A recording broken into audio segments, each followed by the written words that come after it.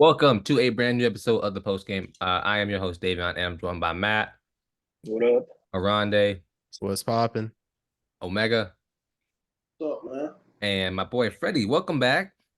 What's good? What's And good? today we are going to be talking about we're going to be recapping a couple all the games from the NFL divisional round, or not divisional round, the wild card round. And so look out for the rest of those videos. But first off, we're going to be talking about the Houston Texans versus the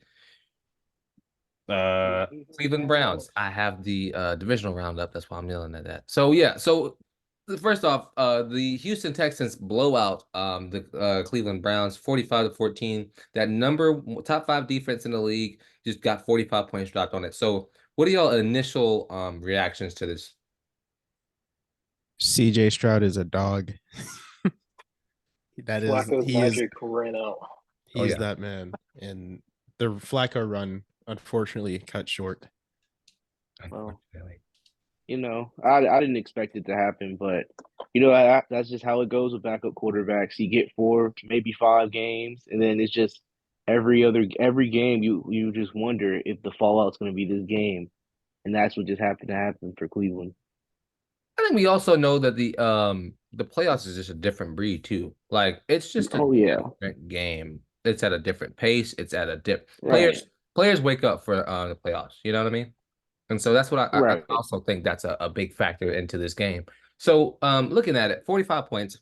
What were y'all's predictions? Because I'm pretty sure I was one of the only people on this podcast. I predicted Browns to win. I had the Browns winning. I had Houston. I was the only person that had Houston. I actually thought Cleveland winning. Second about five plus times. They didn't lay a finger on that, man. Yeah, I know. I mean, there's so watching, and I don't know if we all agree on this term, but I think CJ Stroud has wrapped up the offensive rookie of the year. In my opinion, no Puka. Yes, sir. It should be Puka's because Stroud should just win MVP. Whoa. I mean, they lost without him, and they won with him. He missed too many. I think he missed those. If he didn't miss those 2 games, then there's a question mark. Yeah. For sure. But I think he missed 2 games, and that's going to hurt him. So let's look at the Texans. Where do we see them going from here? As they move into the next round, do we think they have potential to go all the way or go anywhere else? Who? I think that they can take advantage of their current Super Bowl window and just fucking swing for the fences. Yeah. Right. I mean, they're going to be the underdogs against Baltimore regardless, so they have nothing to lose here. Mm-hmm. They should.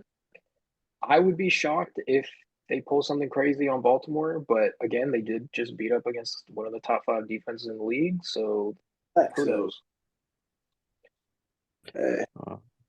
Also, it's the year of the lower seed winning games.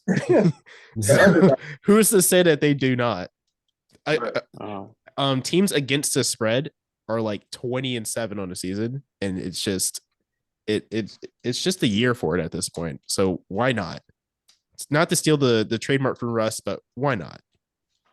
I mean, I get it, but I don't know. I just feel like it's one thing playing a playoff game in your home stadium than going against the number 1 seed in Baltimore. So, I feel like this game, we'll see what happens. I feel like at best they'll get to the AFC Championship, and I just don't see them making the Super Bowl, if I'm being honest. If they make the Super Bowl, I'm drawing a CJ Stroud jersey. That would really surprise me. So let's look at the Browns. The Browns, their defense. I know Joe Flacco put them in a lot of situations that weren't really the best, but their defense just didn't even look like they showed up. Like, what do you guys attest to that? What's the reason you think that was? Do you think it's the sharpness of CJ Stroud and that team, or do you think it's the Browns just didn't know what they were doing? They getting themselves. I think it was a combination of CJ Stroud's prowess on top of the coaching. Coaching does play a big role when it comes to playoff games and wildcard games, and they even had Myles Garrett doing basically nothing out there. Bro was running cardio. You have to put in a lot of work to make Myles Garrett look normal. Yeah.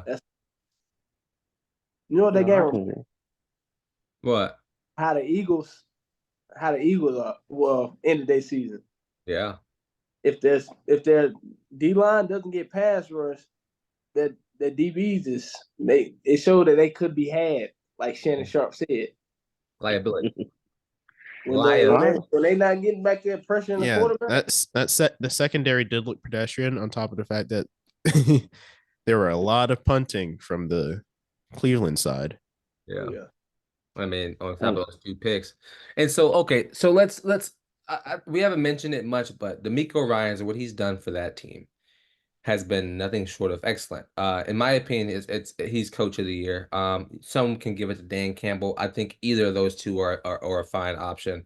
But man, what I watched coaching wise and playing wise from this Houston Texans team was nothing short of excellent. They played to perfection, and I think that should be noted that even if CJ Stroud was there for the 2.5 games that he missed because of the concussion, they could have been a completely different seed. They could have been in a completely different place. They could have been upsetting more people earlier. And so, yeah, I think that's something that you should definitely take away from this game.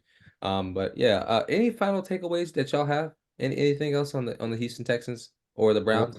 I watched the Cleveland, highlights. It was just an explosive game from the Texans, and that's what I expected from them.